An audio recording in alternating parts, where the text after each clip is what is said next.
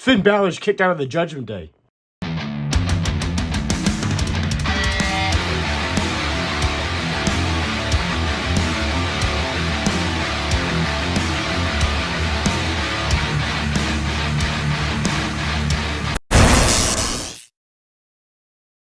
What's the GW the weekly set review of Monday Night Raw?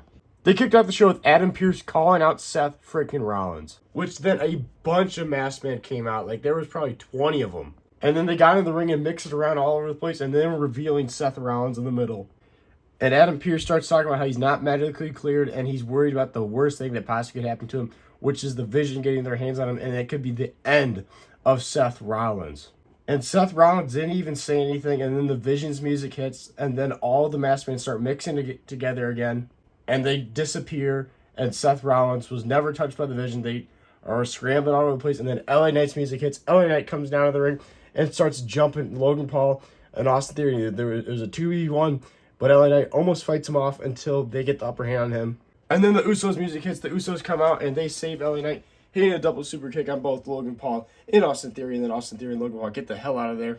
And LA Knight and the Usos stand tall to start Monday Night Raw. No sign of Paul Heyman, so it looks like Paul Heyman is still out of action since last week when Seth Rollins got his hands on Paul Heyman. Then we had a massive number one contender women's intercontinental title turmoil / like elimination style match, which started with Io Sky and Ivy Nile, and Io Sky defeated Ivy Nile clean. Then Raquel Rodriguez came out next, and Liv Morgan tried getting involved in this. Stephanie Vaquer came out and took out Liv Morgan. And while all this was going down, Raquel Rodriguez was distracted by this, and Io Sky rolled up Liv Morgan. Not Liv Morgan, but Raquel Rodriguez. And then next was Ivy Nile, and Ivy Nile ended up defeating Io Sky because she was distracted. And then Bayley came out, and Bayley defeated Ivy Nile. And then the last person to come out was Asuka, and Bayley defeated Asuka. And then Bayley now is the number one contender. And Asuka almost won with the help of Kairi Sane, but Lila Valkyrie came out to help Bayley. There was a bunch of run-ins in this match, but Bayley wins, and she is now the number one contender. And she will be going on to face AJ Lee, I think it's next week or the week after that, for the Women's Intercontinental Championship, which should be a very good match. And then backstage, they were talking about how the original El Gran Americano was going to be facing Penta for the Intercontinental Championship, and he ran into Danhausen, and Danhausen cursed the original El Grande Americano. And then Penta came out and cut a pretty good promo, because I know Penta struggles speaking English, but he cut a pretty good promo about how he is the new Intercontinental Champion, how much it means to him and everything, and he's going to be the defending champion. And then he did his Cero Miedo, and then El Grande Americano's music hits, but not the original El Grande Americano's music hits. It's the new El Grande Americano. He comes down to the ring, and they never really explained why he was in the match instead of the original El Grande Americano. They put on a really good match. It was a longer match.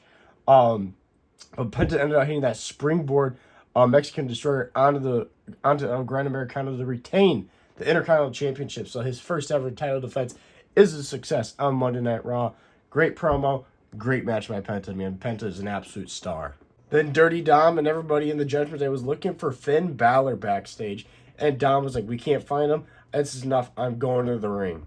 And Dom calls out Finn Balor, and Finn Balor and JD McDonagh come down to the ring, and Dom seems pissed. And Dom blames Finn Balor for him losing the Intercontinental Championship last week to Penta. And Finn's like, "You're right. I did make the call not let you cheat." But he's like, I've been trying to help you for 2 years, and you haven't been able to do it. So I tried helping you again to prove yourself to be the best of Stereo, and you failed." He goes, "Maybe your father was right. Maybe you are just a failure." And then Dom pushes Finn Balor.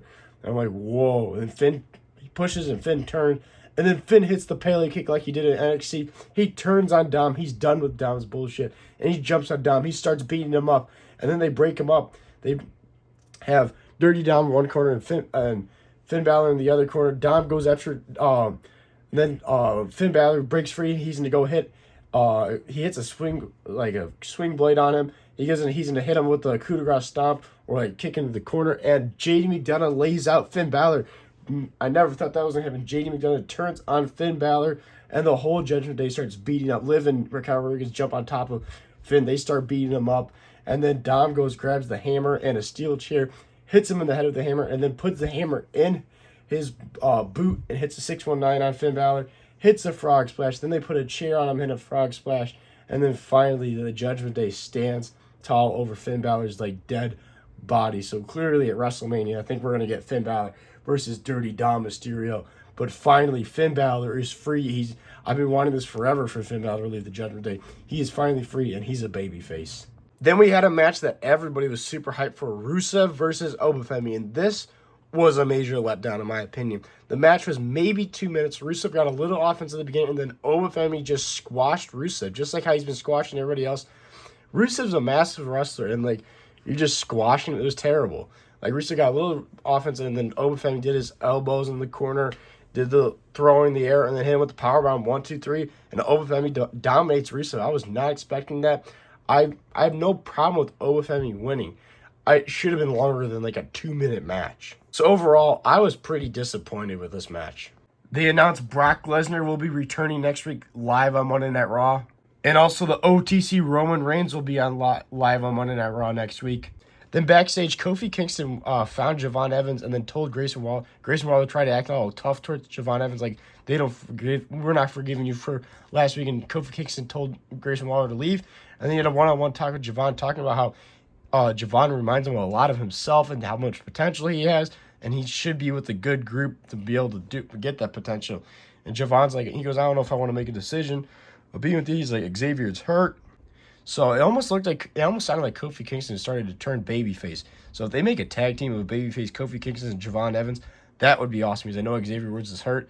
Get Grayson Waller out of there and babyface Kofi Kingston and Javon Evans tag team would be awesome. Instantly should be tag team champions. That would be absolutely awesome. Then I guess the main event, CM Punk comes out and starts having a promo, and I honestly thought this was just the middle of the show. And then CM Punk starts talking about how he wasn't surprised by how he was surprised by how the crowd was so excited for him because obviously his comment last week about Roman Reigns' dad. He starts talking about Roman Reigns, and then the Usos music hits, and Jey Uso comes out acting all tough with Jimmy Uso. He acts off Jey Uso. If you just subscribe to the channel, you know I can't stand Jey Uso. He's so like over pushed in my opinion. Just like I don't know, he's a good tag team wrestler, but oh my god, he comes out with this fake tough. You need to apologize, blah blah blah, about what you said last week. I get the type of thing he's supposed to be defending his family, but oh my god, Jey Uso is so like unentertaining with the fake tough stuff, and he's trying to press CM Punk. He needs to apologize for what he said last week about their late uncle. And then Jimmy Uso actually had a good promo talking about how he respects CM Punk, but what he did last week was just not okay, and he needs to apologize for what he said about Roman Reigns' father and his late uncle because he doesn't have a voice. And this was actually good. Jey Uso coming out aggressive and like this fake tough stuff, it was not entertaining. And CM Punk was like, you're right. What I did was wrong. But he's like, you don't realize how much history I actually have with your family. And he talks about how when he was younger, he actually lived with Alpha and Sika at one point when he was training, and like how he helped raise somebody. And then he's like, he goes, Sika would be absolutely disappointed in how much of an asshole his son Roman Reigns is. And CM Punk pretty much stood his ground, still tearing into Roman Reigns about how much of a douche he is. And Jey was like, you're not getting it. It's not about Roman Reigns. And Jey continues his fake tough and then pushes CM Punk to the ground. And then Jey Uso holds him back, but Jey Uso is ready to beat up CM Punk for defending Roman Reigns and his family. The Usos stand tall over CM Punk, and then the show just ends. I was like, what? I looked at my clock and it said 9:20. I'm like, the show's over? That was a terrible ending. That might have been one of the worst endings of Monday Night Raw history of Netflix. That was terrible. It was so like, not like a big deal. Just like, oh, they pushed CM Punk to the ground and just the show ends. I was like, did it accidentally cut off? Or like, what is going on? This Monday Night Raw ending was terrible. I get the CM Punk continuing this thing with Roman Reigns. I don't think they really need the Usos involved with this. And Jey Uso with the fake tough is just not it. It's just like, it's not entertaining at all. But overall, this Raw was horrendous. I'm like, the best part was Finn Balor getting kicked out of the Judgment Day. And El Gran Americano and Penta's match was pretty good. But overall, this Monday Night Raw, 1 was short and 2, absolutely, in my opinion, terrible. Last week's was actually entertaining. This week's, not so much. I'm giving this Monday Night Raw, I can't believe I'm saying it, a 1.5 out of 5. Absolutely terrible show. Show started off just weird with the mixing around with the masked men. Very disappointed with the Rusev and Obafemi. The ending was so like lackluster. Overall, the show was just super mid. So I'm giving it 1.5 out of 5. It was brutal. Very brutal. But the big thing that did me like to be so brutal about this show was the ending. The ending was like, I literally looked up, I was like, the show's over. But yeah, right now, Friday Night SmackDown is just absolutely cooking freaking Raw. Raw's been so terrible, and SmackDown has been great every week. So there you go. That was the weekly setup review of Monday Night Raw. Thank you guys for watching. Make sure to go check out my Instagram, which is all lowercase JRW Live. Make sure to like and follow there. Also go check out my TikTok, which is lowercase JRW _live. Make sure to like and follow there. Highly appreciate that if you do that. Also make sure to like and subscribe to this YouTube channel and hit the notification bell so you don't miss any wrestling figure content because we post every single day on this YouTube channel. This is JRW Live. Thank you guys for watching, and I'll see you guys in the next one.